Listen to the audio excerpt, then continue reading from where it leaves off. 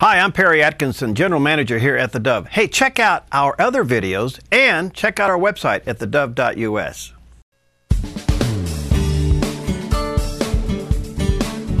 Well, welcome back. Delighted to have with us today Todd Starnes. You probably have seen him on Fox. He's a host of Fox News and Commentary, regular contributor to Fox and Friends, Hannity.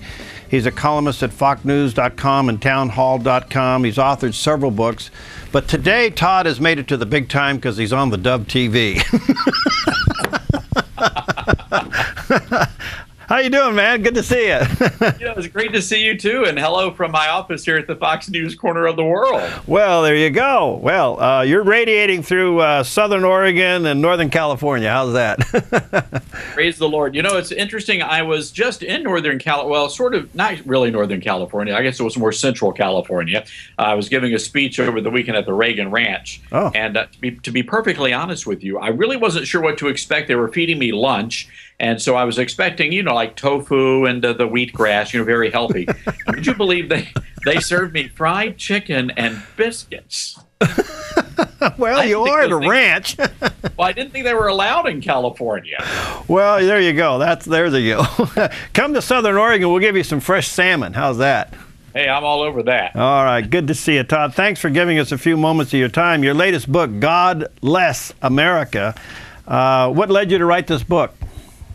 I'm a son of the South. I've lived here in New York City for about 10 years now.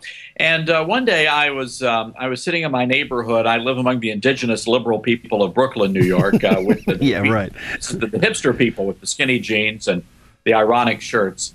And one day I thought, I kind of feel like a Duck Dynasty guy living in a Miley Cyrus world where right is wrong and wrong is right, and it seems like everything's topsy-turvy.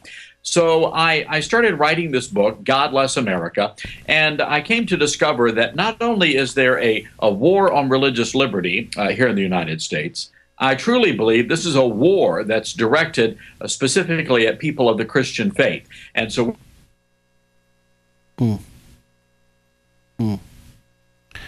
Okay. War... All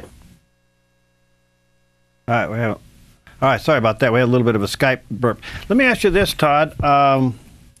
If people don't see the title, they wouldn't hear it right. I mean, because you got three separate words: God, then less, and America. Give us your explanation of the title.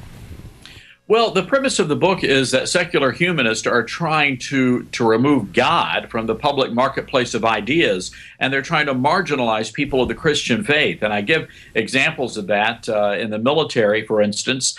We tell stories about how diversity training seminars were teaching our soldiers, 17, 18, 19-year-old kids, that Roman Catholics and evangelical Christians are examples of religious extremism. I tell stories about how Christian business owners have come under attack for their faith, and the courts are ruling that gay rights trump religious rights.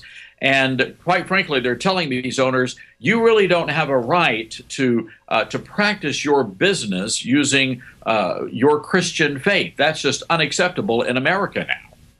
Do you think us Christian broadcasters are in trouble because just our basic everyday language could be considered hate speech? Oh, I think that's a very real possibility. I was talking to David Jeremiah for the book, and he told me that when he has to, when they send their radio sermons to Canada, they have to edit those sermons so that his messages don't violate Canada's hate crime laws. And I believe that's going to start happening here. Look, just a few hundred miles down the coast from you guys in Pasadena, California, there is a pastor that's currently facing an investigation. This pastor, bivocational, he also directs Pasadena's health department. Someone found out that he preached a sermon opposing homosexuality. Now, a sermon in his church pulpit, mind you, and he was suspended from his job. And now the city is going through and they're investigating his other sermons to determine if he's actually qualified to hold a city job. I believe that we're going to see more instances of this kind of behavior in the months and the years to come. So we're clearly in a pluralistic war. Whose God is the real God? I mean that's the bottom line of what we're dealing with here. But as we look at this, it appears to me, Todd, that a lot of Christian organizations just don't go there anymore. I mean, why talk about homosexuality? Why talk about abortion? Let's just avoid it for the sake of convenience so that we don't get involved in anything. Are we surrendering by doing that? Well, look, that's a great question you raise, and that has been the challenge. Many churches and many large, influential evangelical churches have decided to sit this out. They don't want to offend people. That's just not their thing, talking about these culture war issues. But the fact of the matter is, we are citizens in this country, the United States, and we have responsibilities, we have obligations, and if we don't stand up and protect religious liberty and defend religious liberty, then who is going to do it for us? Certainly not the secular humanist, certainly not the left-wingers. So it's troubling, and I write about this in the book, how disturbing it is that we now have pastors who are saying, you know what, we don't want to talk about these issues from the pulpit. We're just going to do our thing. Well, with all due respect, at the end of the day, it's certainly admirable, and we are called by Christ to take care of the less fortunate. But if your thing is building water wells for people, and the government comes in and padlocks your church, you're not going to be able to supply water wells for people. So yes, supply the water wells, but you also have to be willing to stand up and, in good measure, talk about these political issues. Do you see a pushback? From the church, or from well, government? just from the faith community, whether it's out of the church or organizations like this one or others. Yes, sir, absolutely. And and I understand that, because there are many progressive Christians will say, well, we ought not to intervene. We should let the persecution come because it's predicted in the scriptures, and we should just sit back and allow it to come. And I understand what those folks are saying, and I understand their philosophy, but my point of view is this: if I wanted to be persecuted for my faith physically, if I wanted to serve or to attend an underground church, I would just move to China. We don't have to do that here right now. Right. So why not protect the religious liberties that we have here in this country? All right. Boy, that is extremely well said. By the way, how are you treated as a Christian at Fox? That's a personal question, but I'm going to ask it. You know, it's a blessing to work here. This is a company that supports the Constitution, and I appreciate that they give people of faith a fair shake here. And they let me do what I do. You know, I have full autonomy with the stories that I cover here. Wow. Of course, I have editors and fact checkers and things of that nature, but they let me decide what stories I want to cover. And I can tell you that I've never been censored. They've never said, don't do this story. And they've always given me a platform. And I really appreciate that. I think it speaks highly of Roger Ailes and the staff, and the leadership here at Fox News Channel. You know, Todd, we take a lot of phone calls here through our ministry, radio and television, and all the digital platforms that we're on. And it boils down, and a lot of these calls are calls for help and hope and encouragement, boils down to two things. What is truth, and who can I trust?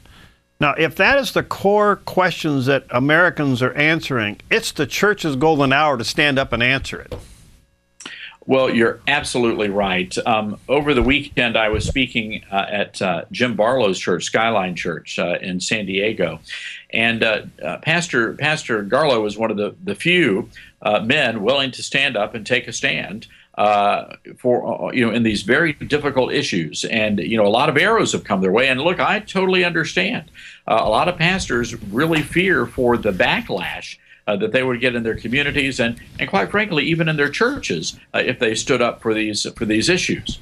But at the end of the day, it's going to take all of us standing up together in a spirit of love and saying, you know what, we need to return to the values and the traditions that this country was founded upon. And as I write in my book, I'm encouraged by this new generation of young Americans, teenagers and college kids who are taking a stand. And I believe that we could be seeing the next Billy Sunday or Billy Graham coming out of this generation of young people. Boy, I'm so glad to hear you say that, because everything that I research shows that they don't need to hear the same sermon 15 times. They only need to hear it once, and they're willing to drop everything and go serve. Well, you're absolutely right. And I think people are at the point now where, and keep in mind, we have a generation now of young people, and I grew up in the Southern Baptist faith tradition. We went, I remember going to Sunday school and church training union where we learned the basic foundations of the faith. And sadly, now we have, for at least the past dozen or so years, churches that have gone away from expository preaching and more into self-help type sermons. And what that watered-down version of the gospel does is it weakens the body of Christ, because we have many people out there now who cannot defend their faith and really, quite frankly, are just clueless about it. And again, just look at where we are. Churches in decline. Fewer and fewer people are accepting Christ. Baptisms are down. Why do you think that is? Well, Todd, you are an inspiration. Thank you. The book is called God Less America. You may want to check it out online at Barnes & Noble, at Amazon, Todd Starnes, and get a copy of it and read it. Thank you, man, for your passion and your conviction. Keep up the good work, and I'd love to have you back often. It's been an honor, and I would love to do that. All right. Blessings to you, friend. Have a great day. God bless you. Okay. All right. Stick around. Coming up next, some great programming here on the Dove TV and throughout the day. Thanks. We'll see you next time on Focus Today.